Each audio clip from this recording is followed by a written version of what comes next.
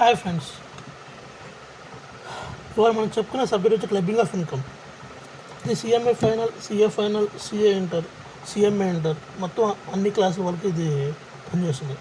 Clubbing of income అంటే ఏంటంటే, ఒక ఫ్యామిలీలో ఒక husband, wife and son or daughter ఉన్నారు. వాళ్ళందరూ కలిపి సపరేట్ రిటర్న్ కాకుండా ఒకే ఫైలింగ్ ఆఫ్ రిటర్న్ చేసుకోవచ్చు.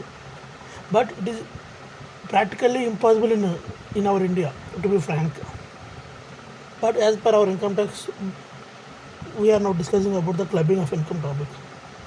First we have to discuss about section 64(1)(a), income of minor child. అంటే ఒకవేళ ఇంట్లో కొడుకు కానీ కూతురు కానీ ఉండి వాళ్ళ ఇన్కమ్ ఎలా క్లబ్ చేయాలి. ఇప్పుడు సపోజ్ ఏ అని అతను ఫాదర్, బి అని మదర్. ఏకి 5 lakhs ఇన్కమ్ వస్తుంది, బికి 3 lakhs ఇన్కమ్ వస్తుంది. అండ్ సి అని అతను son or daughter, around 25,000 income అనుకోండి. ఈ ఇన్కమ్ వీళ్ళ ఇద్దరిలో ఎవరి ఇన్కమ్ అయితే హయ్యో వాళ్ళతో క్లబ్ చేయాలి. దీనికి కొన్ని ఎగ్జాంపుల్స్ ఉన్నాయి.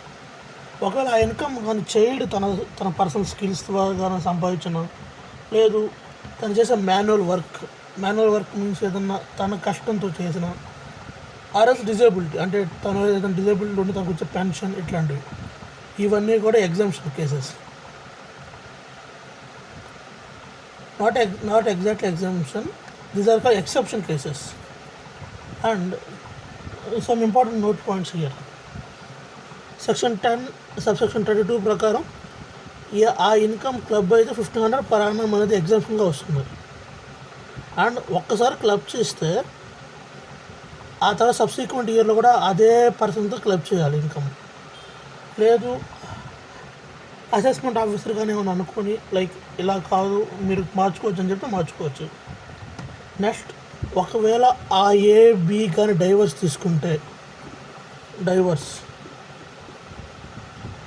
డైవర్స్ తీసుకుంటే ఈ సిచ్యువేషన్లో ఆ చైల్డ్ని ఎవరైతే మెయింటైన్ చేస్తున్నారో ఆ పేరెంట్తో ఇన్కమ్తో క్లబ్ చేయాలి.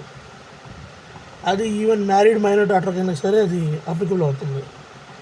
And step child and adopted child కూడా అది ఈ సెక్షన్ అప్లికబుల్ అవుతుంది.